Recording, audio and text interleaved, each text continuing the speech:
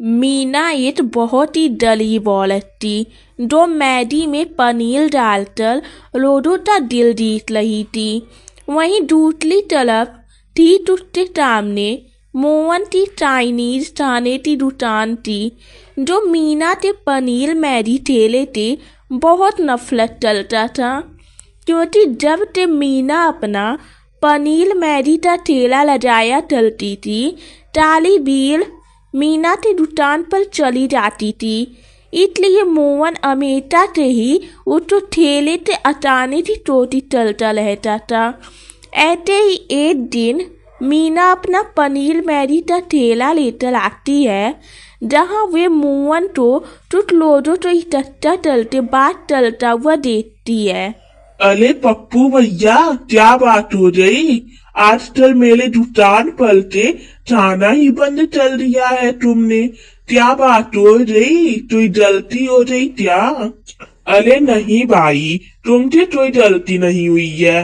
वे क्या है ना, आजकल मीना बहन के यहाँ से पनीर मैदी खा रहे हैं। माँ कसम, क्या स्वाद है। बस 30 रुपए की दे रही है। मुझे समझ में नहीं आता, तुम लोग उस गरीब मीना की वे गंदे पनीर वाली मैगी जो वे गंदे मसालों से बनाती है, उसे क्या कहते लेते हो? अरे 30 रुपए की कोई मैगी होती है क्या? तुमने पता वे गंदा ही खिला रही होगी और तुम भी टॉस से खा रहे हो। माफ करना मोहन भैया, हम सब समझ रहे हैं आप क्या करना चाहते हैं। मीना बहन बहुत सफाई से पनीर वाली मैगी बनाती हैं और उनकी मैगी स्वाद भी बहुत अच्छा देती है। और माना कि वे गरीब है तो क्या हुआ, अपनी मेहनत से कमाती है, क्यों तुम उनसे इतना जलते हो? पप्पू और मोहन की सारी बातें सुनने के बाद मीना उसके पास आती है और कहती है, क्या मोहन भाई, अरे तू जल जाओ। हमेशा सुबह सुबह आकर मेरे जहाजों से चांद भरते हो। इससे अच्छा अपना दुकान देख लेते, अपना काम देख लेते। दूसरों के कामों में अपनी चांद मत चढ़ाओ, सुबह का समय है। अरे अपना मुंह बंद कर तू गरीब ठेले वाली। मुझे बताएगी तू कि मुझे क्या करना है और क्या नहीं? अरे मोहन भैया, इतना नफरत? सुना है कि अभी तक आपकी बोली नहीं हुई। अगर ऐसे चले होकर मेरे भी टाइम पास करोगे तो ओजी भी नहीं। अरे तेले होते हुए मेरी बोनी ओजी भी कैसे? जब तक तेला ये पनीर मैदी का तेला मेरे दुकान से आगे लगा रहेगा ना, तब तक मेरी बोनी नहीं होने वाली। मोहन भैया, आपका इतना अच्छा नाम है मोहन, लेकिन आपकी बातें बिल्कुल लावल रहती है। अरे आप तो मेरे गरीब पनीर मैदी ठेले से क्या परेशानी है? जब से तो सभी से आसानी की बात चलते रहते हो। हाँ हूँ मैं लावल, और तेरी वजह से ही बना हूँ। मुझे तेरे इस तेरे की परेशानी है, क्योंकि इसकी वजह से ही मेरी दुकान चलनी ही बंद हो रही है। ये तो मोहन भैया, आपके ग्राहक इधर नहीं आ रहे हैं तो मेरी क्या गलती इसमें? मुझ गरीब ने आपका क्या बिगाड़ा है? देखिए, मुझे परेशान मत कीजिए, मुझे काम चलने दीजिए, मेरे ग्राहक आते ही होंगे। मुझे समझ नहीं आता, तू गरीब के पास तो सामान भी नहीं है पनीर मैदी बनाने का, ऐसे ही मैदी में पनीर लगाकर दे देती है। मैं तो सही तरह से चाइनीज चीजें बनाता हूँ, फिर भी इतनी भीड़ नहीं लगती मेरे ठेले पर। ये बात तो आपको लोग ही अच्छे से बताएंगे कि उन्हें मेरी पनीर मैदी इतनी क्यों पसंद है।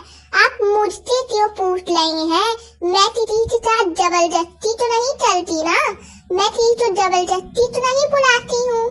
मोहन अपने मन में मीना का ठेला हटाने की सोच लेता है और वे वहाँ से चला जाता है और अपनी चाइनीज दुकान पर जाकर अपने कामों में लग जाता है।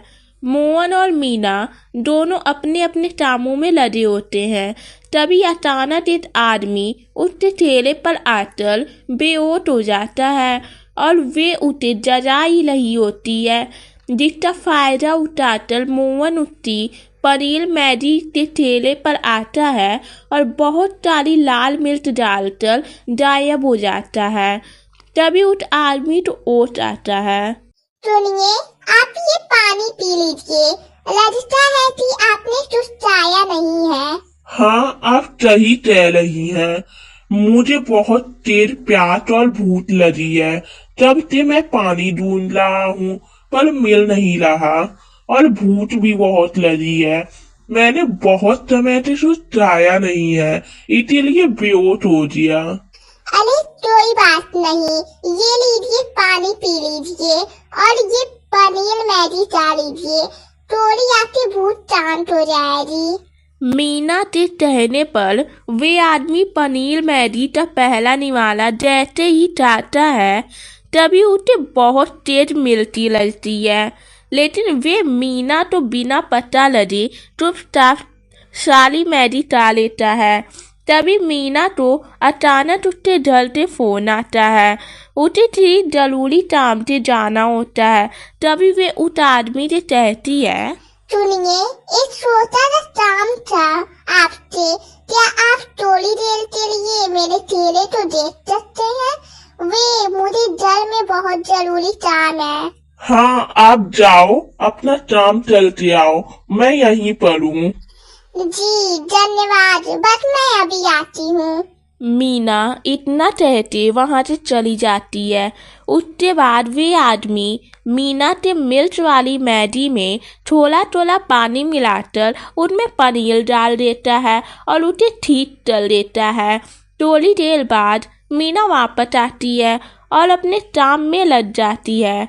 वहीं दूसरी तरफ मोहन अपना काम करते जैसे ही मीना के ठेले पर नजर डालता है तो वहाँ लोगों की भीड़ देखकर वे कहता है, अरे यार, ये क्या है? अभी भी ठेले पर लोग इतने भीड़ लगाकर चले हुए हैं। या तो लोग पागल हो रहे हैं या तो इन्हें मिर्ची से भरी पनीर मैगी में भी इतना स्वाद आ रहा है जिसे खाने के लिए इतनी भीड़ लगा चले हैं। मुझे लगता है ये मीना मैगी में जहर मिलाकर भी दे देगी ना, तब भी लोग टूटी टूटी उसके पास जाएंगे। ये तब देखकर मोहन अपने आप में ही बोल रहा होता है।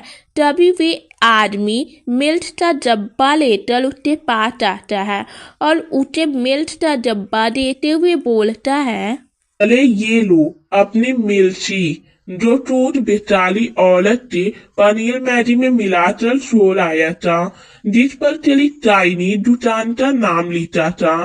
तभी मैं समझ गया और हाँ, मैंने उसकी पनीर मैगी तो ठीक कर दिया है। तभी वहाँ लोग भीड़ लगाकर चले हुए हैं। अरे सुन, तुझे मेरे और उसके बीच में आने की क्या जरूरत है? निकलो यहाँ से, बहुत आए परमात्मा बनने। जा ही रहा हूँ, लेकिन तू तभी अपनी चाल में कामयाब नहीं हो जा। तू जितनी चालें चलेगा, मीना की पनीर मैगी उतनी ही फेमस होगी। इतना कहकर वे आदमी वहां से चला जाता है। ऐसे ही कुछ समय बीतता है।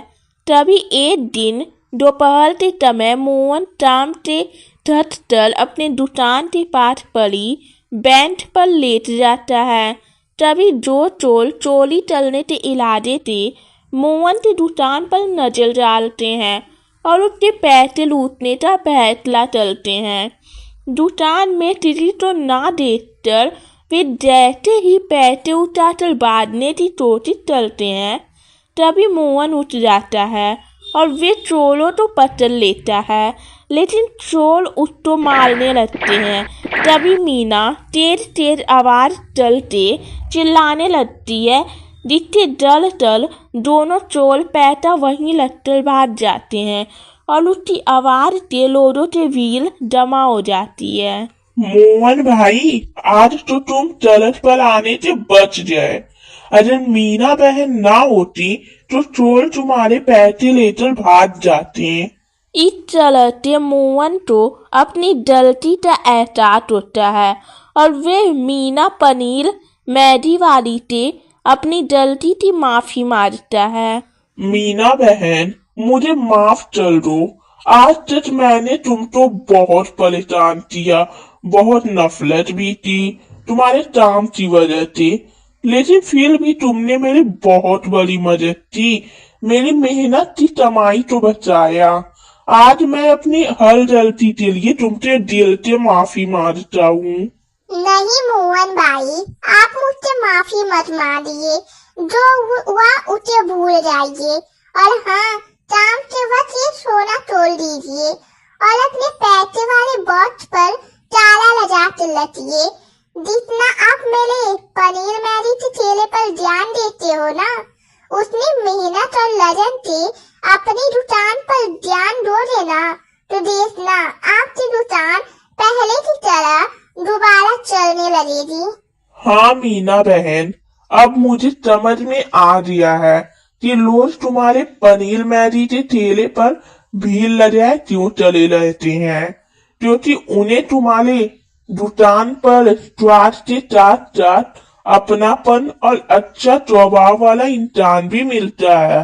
और मैंने आज तक से सीधी मुंह बात तक नहीं थी, हमेशा रूठ लो तो नीचा ही रिचाया।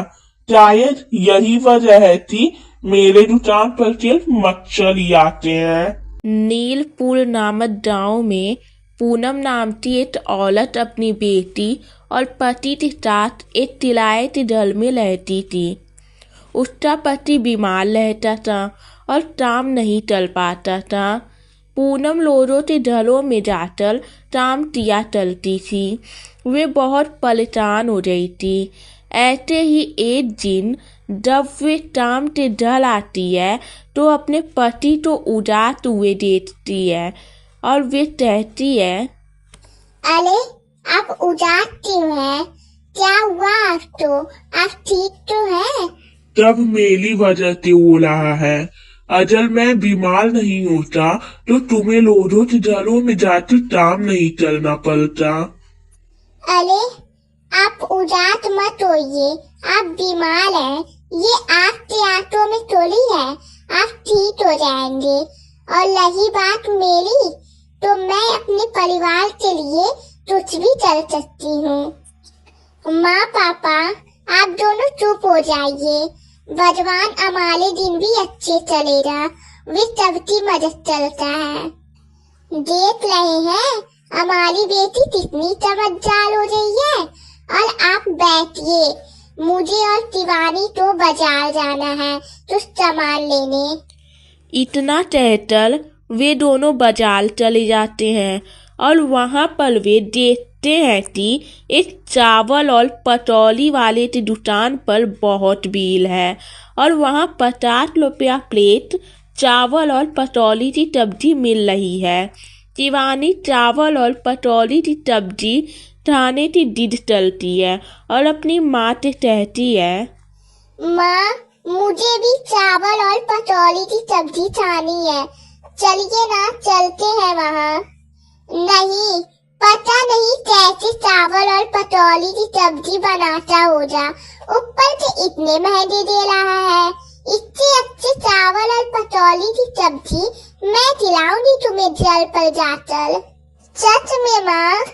हाँ बेटा। बाजार से सामान लेकर वे दोनों जल चले जाते हैं और जल जाकर पूनम, शिवानी और पवन के लिए चावल और पटौली की सब्जी बनाती है। अब पूनम की रसोई में चाले बर्तन तालाब हो जाते और बस उसके पास कुछ पत्तों की बनी प्लेट ही बची हुई थी, जिससे मजबूर होकर उसे पत्तों में ही चावल और पटौली की सब्जी देनी पड़ती है। तभी उसका पति बोलता है, अरे चावल और पटौली की सब्जी, वे भी पत्तों पर? मैंने तो पहली बार देखा है। हाँ, अब जल में कुछ पत्ते ही बचे थे, बाकी चाले बर्तन खराब हो गए हैं। शिवानी और पवन चावल और पटौली की सब्जी खाने लगते हैं और पवन तो पत्ते वाले चावल और पतौली की सब्जी बहुत अच्छी लगती है। और वे पूनम से बोलता है, पूनम, तुम्हारे हाथों में तो जादू है। क्या चावल और पतौली की सब्जी बनाई है तुमने? मजा आ गया। तभी उस ढल का मालिक वहां तिलाया लेने आ जाता है और देखता है कि शिवानी और पवन पत्ते पर चावल और पतौली की सब्जी डाल रहे हैं। यह देखकर वो बोलता है, अरे क्या बात है भाई, तुम पत्ते में क्या डाल रहे हो? मालिक, ये चावल और पतौली की सब्जी है। क्या चावल और पतौली की सब्जी, वे भी पत्ते पर? पहली बार देता है। जरा मुझे भी खिलाओ ये पत्ते वाली चावल और पतौली की सब्जी। हाँ बिल्कुल, आप बैठिए, मैं अभी लेकर आती हूँ।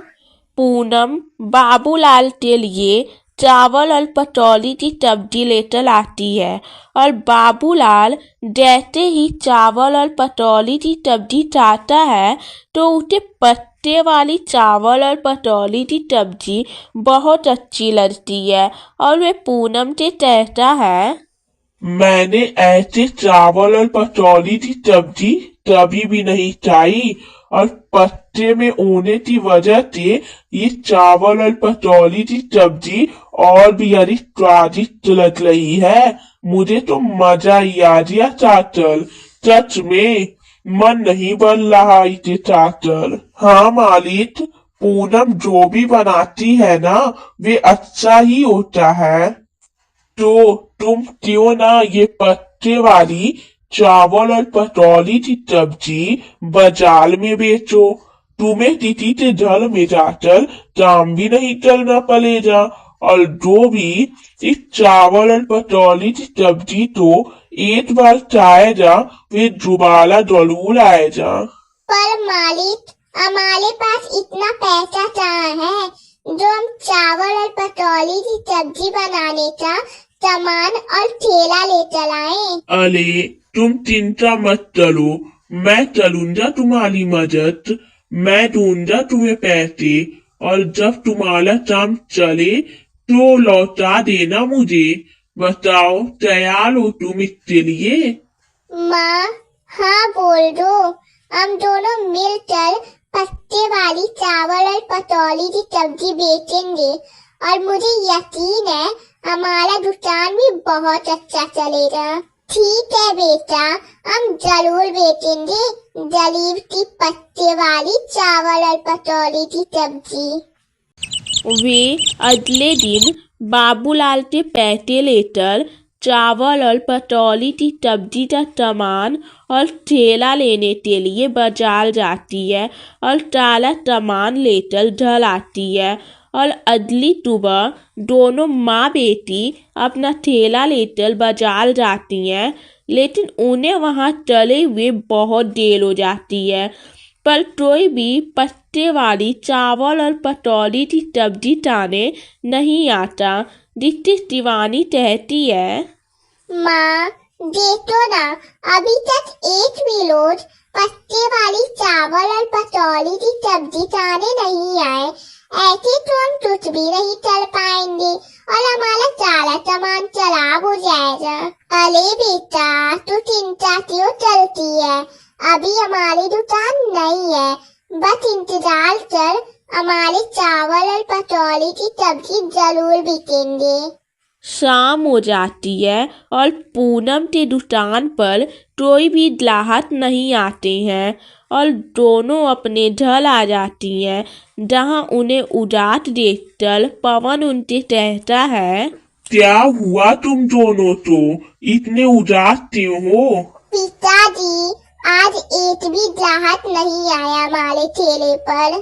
बेटा, हर चीज तो चलने के लिए वक्त लगता है और भगवान हमारी परीक्षा ले रहा है और हमें इस परीक्षा में पास होना है। और तुम जानती हो, तुम्हारे माँ के हाथों का चावल और पतौली की सब्जी तो खा लेना, तुम्हें दोबारा जरूर आएगा। पूनम, एक काम करो, तब के लिए चावल और पतौली की सब्जी ले आओ। जी अभी लाती हूँ। पूनम तब के लिए चावल और पतौली की सब्जी ले आती है और अगले दिन सुबह दोनों माँ बेटी अपनी चावल और पतौली की सब्जी का ठेला लेकर बाजार जाती हैं। तभी एक पप्पू नाम का आदमी उनके पास आता है और कहता है, अरे बहन जी, ये क्या है? पत्ते में चावल और पतौली की सब्जी दो पत्ते वाले चावल और पतौली की सब्जी दो। जी जरूर अभी देती हूँ। इतना कहकर पूनम एक पत्ते वाली चावल और पतौली की सब्जी उस आदमी को दे देती है। जिसके साथ वे आदमी चावल और पतौली की सब्जी की बहुत तारीफ करता है और इस प्लेट पत्ते वाली चावल और पतौली की सब्जी पैक करवा लेता है। ये देखकर शिवानी तो अपनी गरीब माँ के लिए बहुत अच्छा लगता है। इसी तरह रोज पूनम के चावल और पतौली की सब्जी की बिक्री होना शुरू हो जाता है। पूनम के चावल और पतौली की सब्जी केवल 10 रुपये के थे, इसीलिए दूसरे दुकान से चावल और पतौली की सब्जी के ग्राहक अब पूनम के पास आने लगे थे। ऐसे ही एक दिन एक दुकानदार पूनम के पास आकर कहता है, ओए गरीब औरत, जल्दी चल अपना ठेला लेकर यहाँ से कहीं और जाकर लजा। मेरी दुकान के सामने आता है तो तेरी वजह से मेरी बिक्री नहीं हो पा रही है। अरे ओए साहब, ये जगह आपकी चलीदी नहीं है जो हमको आप यहाँ से हटाओगे। आप तो लगा कर दिखाओ। वैसे भी मेरी माँ से चावल और पतौली की सब्जी आपके ज्यादा अच्छे हैं और कम दाम में है, इसलिए लोग हमारे पास आ रहे हैं। देख लूंगा तुम दोनों माँ बेटी तो। इतना कहकर वे दुकानदार वहाँ से चला जाता है और पूनम अपनी बेटी से कहती है, शिवानी, हम कल से यहाँ पर ठेला नहीं लगाएंगे। पर क्यों माँ? हमारे पत्ते वाले चावल और पतौली की सब्जी बिकते लगे हैं अब तो। बेटा, तूने देखा नहीं वे दुकानदार वाला क्या कह चल दिया है और उसने तुम्हें कोई चोट पहुँचाई तो मैं क्या करूँगी बेटा? माँ, आप ये क्या कह रही हो? आपने ही तो सिखाया है हम गलत नहीं जीना चाहिए। हमने तो गलत नहीं किया और आप ये पत्ते वाली चावल और पतौली की सब्जी जरूर बनाओगी। आप तो मेरी कसम। पूनम शिवानी की बात मान लेती है और पत्ते वाली चावल और पतौली की सब्जी बेचना चालू लगती है। मगर दुकानदार पूनम से जलने लगता है और तो डुंडों से बुलवाकर उसके पत्ते वाली चावल और पतौली की सब्जी का ठेला तोड़वा देता है। और जब पूनम और शिवानी इस बात का विरोध करते हैं तो वे उन्हें भी मारता पीटता है। पूनम उसके सामने हाथ जोड़ते हुए कहती है, मैं आपके सामने हाथ जोड़ती हूँ, मेरी बेटी तो मत मारिए। मैं अब से यहाँ पर ठेला नहीं लगाऊंगी। अरे ठेला तो तू तब लगाएगी ना जब ये ठेला बचेगा। आज लगाओ इतने ठेले में। वे दोनों लौटते हुए अपने घर आती हैं और उनकी इस हालत को देखकर पवन कहता है, क्या हुआ तुम दोनों को? तुम्हारी ये हालत किसने थी? और हमारी चावल और पतौली की सब्जी का ठेला कहाँ है? बाजार में जो चावल और पतौली की सब्जी वाले का दुकान है, उसकी बिक्री हमारे पत्ते वाली चावल और पतौली की सब्जी की वजह से कम हो गई थी, तो उस दुकानदार ने हमको मारा और हमारी ठेला भी जला दिया। क्या उस दुकानदार की इतनी हिम्मत? हमें अभी सरपंच के पास जाना चाहिए। उस दुकानदार ने हमारे साथ बहुत गलत किया है, उसे उसकी सजा जरूर मिलेगी। अब वे दोनों तलपंथ से ढल जाते हैं और वे दोनों तलपंथ तो सारी बात बताते हैं।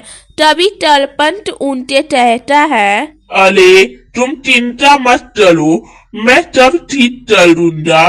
मेरे होते हुए दलीप के साथ ये सब नहीं हो सकता। मैं अभी गाँव वालों को इकट्ठा करके उस दुकानदार के पास जाता हूँ। तलपंथ गाँव के कुछ लोगों को बुलाता है और बाजार में उस दुकानदार के पास जाता है। तेरी इतनी हिम्मत हो गई है कि तू इन जलीबों से उनका ठेला जला दिया। अरे इन्होंने तुझसे तो उजाड़ लिया था या तेरे यहाँ तो चोरी थी। ये तो बस अपने पत्ते वाली चावल और पतौली की सब्जी बेच रहे थे ना। अब लोगों तो उनकी चावल और पतौली की सब्जी अच्छी लगी तो तू इन्हें मारेगा। मैं तेरी दुकान ही जला दूंगा। गाँव वालों, जला दो इसकी दुकान को। नहीं सरपंच जी, मुझे माफ कर दो। मैं अब ऐसा नहीं करूंगा। मुझे इनसे जलना नहीं चाहिए था और कोई अपना नसीब सताता है। मैं पूनम से सारे नुकसान की भरपाई कर दूंगा और मैं इनसे माफी भी मांगता हूँ। दुकानदार तब से अपने टीए की माफी मांगता है और पूनम और तिवानी तो नया ठेला लाकर देता है और कुछ दिनों बाद पूनम के पत्ते वाले चावल और पतौली की सब्जी फिर से बिकना शुरू हो जाता है और उनकी पत्ते वाली चावल और पतौली की सब्जी हर गांव में फेमस हो जाती है। लोग उससे चावल और पतौली की सब्जी से दीवाने हो जाते हैं, जिसके बाद पूनम शहर जाकर अपने पति का इलाज करवाती है और कुछ ही दिनों बाद वे ठीक हो जाता है और पूनम अपने पति पवन और बेटी तिवानी के साथ एक खुशहाल जीवन बिताने लगती है।